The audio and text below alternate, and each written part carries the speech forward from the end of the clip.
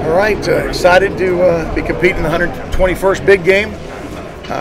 Nice week of practice, and guys are chomping the bit. So, what do you guys have? How do you approach a week like this where you have a game plan already and kind of put it on hold for a week and then get back after it? Yeah, it's interesting. A lot of our thoughts, were confirmed over the last week watching them against UCLA.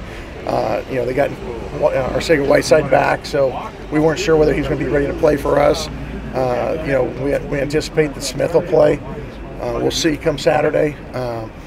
But a couple different running schemes, a little bit of a pistol last week that they had shown, at least in our breakdown. But this is really like almost 2 weeks to get ready for a team. And I'm sure they've got the same stuff on us, So we'll see how it plays out on Saturday. But I like our guys' focus. I think our guys understand what they're trying to do, and now it comes down to a matter of execution. You mentioned that quirk that you had studied them on film all week, and then you get to see them play in a game.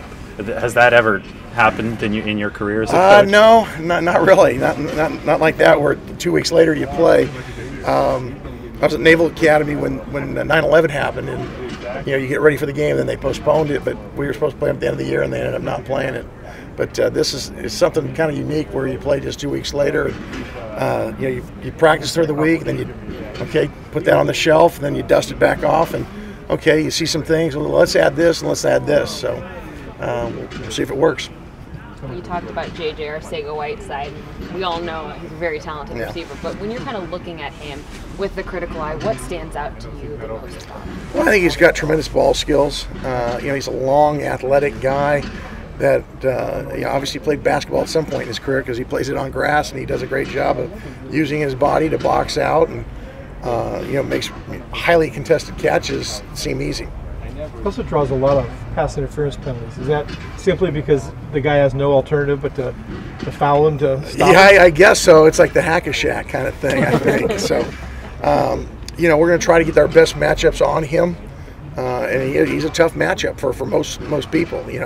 Most defensive backs aren't his size, yet he can run. He's really, really long. So you've got to go compete, and at times you're going to get pass interference, and he does a good job of drawing those.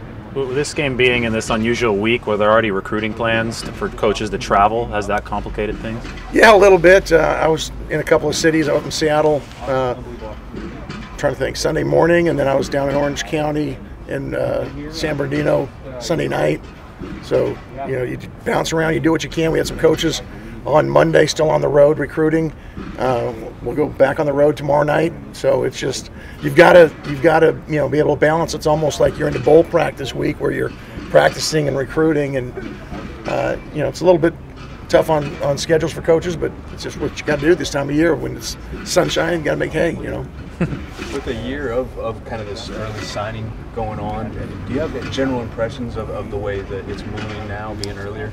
Yeah, I think everybody's making their decisions earlier. We're hoping to sign a majority of our class, probably our entire class in this early signing period. There might be one or two guys that we'll wait on. But, the fact that you get extended a week, it does, make it a little bit more difficult recruiting-wise because, a lot of your opponents are out there beating the streets right now, and we're getting ready for a game, but it's the hand we're dealt, and so is Stanford, and no excuses. You just got to fight through it. Some of the guys were talking earlier this week about not trying to overthink it this week. Like you had a plan that was going to work 2 weeks ago, so you stick with it. Have you been kind of driving that home to them at all this week? Yeah, I mean, to me, this is a game that we had a bye week, and then we had another bye week, and then we dusted off from 2 weeks ago. So a lot of the game plan stuff, we retained. Some of it we didn't like so much, so we kind of tweaked it a little bit, and we'll go from there. So if they're out here 2 weeks ago, if there was a bird watching our practice, we're not doing all of that stuff. Something where you can have guys break more of a mental sweat this week and keeping with some of the concepts as well. Absolutely. You get to this point in the season where, week 13, 14, guys physically have done a great job of taking care of their bodies, and we, knock on wood, haven't had a lot of injuries. So you want to continue to do this and be fresh. And so we've had a ton of tackling drills, through the season. Now it's a matter of fitting things fast, recognizing formations and sets and anticipating plays and then doing it fast. And you can't keep running into each other because eventually your body will break down. And kind of along those lines, with this being a mental game, with that one extra week to prepare, do you feel that this game will be, from an X's and O's standpoint, more of a mental challenge because Stanford has also had? Yeah, no, that's a good question. Possibly. You know, I don't necessarily look at it that way. I know that they're looking at our tape and they've got extra time to study what we do, and so it's going to be a mental game for both sides. I know they do a really nice job of game planning.